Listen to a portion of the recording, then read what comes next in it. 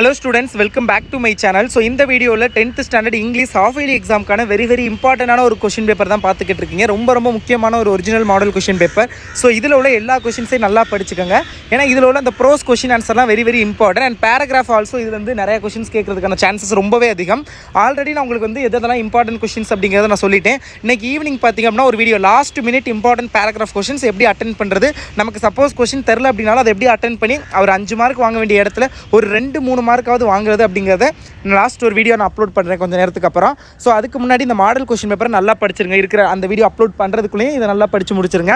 இதுக்கான question paper and answer key வந்து நீங்க சேனலை மறக்காம Subscribe பண்ணிக்கங்க. அப்பதான் அடுத்தடுத்து மேத்ஸ், சயின்ஸ், சோசியல் சயின்ஸ்க்குலாம் क्वेश्चन பேப்பர் அப்லோட் பண்ணி நீங்க பார்க்க முடியும். சோ மறக்காம கல்விமணி சேனலுக்கு புதுசுனா Subscribe பண்ணிட்டு வீடியோக்கு லைக் பண்ணிருங்க. இதோட question paper and answer key நான் வாட்ஸ்அப் குரூப்லயும் ஷேர் பண்றேன். டிஸ்கிரிப்ஷன்ல வாட்ஸ்அப் குரூப் லிங்க்கும் இருக்கும் அண்ட் ஆல்சோ இதோட PDF லிங்க்கும் டிஸ்கிரிப்ஷன்ல இருக்கும். நீங்க கிளிக் பண்ணி டவுன்லோட் பண்ணிக்கலாம். கிளிக் பண்ணி டவுன்லோட் பண்ணிக்கங்க.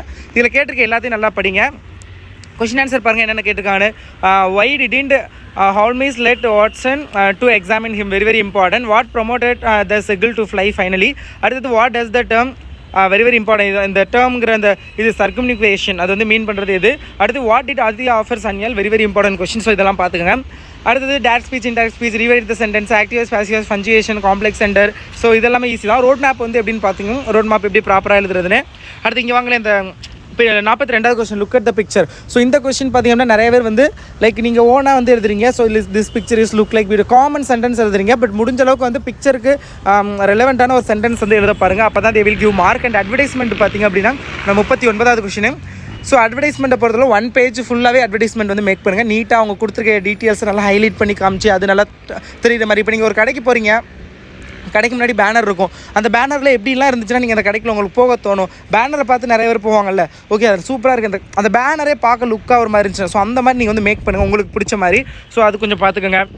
ஸோ அடுத்தது இந்த சம்மரி ஆர் நோட்ஸ் மேக்கிங் அது வந்து நல்லா பார்த்துங்க. உங்களுக்கு இப்போலாம் வந்து சம்மரி அண்ட் நோட்ஸ் மேக்கிங் கேட்குறது கிடையாது, only summary or notes making தான். So you have to write any one. So அப்படிங்கிறப்ப நீங்கள் வந்து நல்லா ப்ரிப்பேர் ஆகிக்கோங்க. எது கொடுத்தாலும் நான் சம்மரி எழுதுவேன், நோட்ஸ் மேக்கிங் எழுதுவேன் அப்படிங்கிற ரெண்டில் ஏதாவது ஒன்று சூஸ் பண்ணிவிட்டு இப்போவே நல்லா ப்ரிப்பேர் பண்ணிக்கோங்க பப்ளிக் எக்ஸாமுக்கு. ஓகே, மெமரி போயமை பொறுத்தவரை all the memory poems you have to study.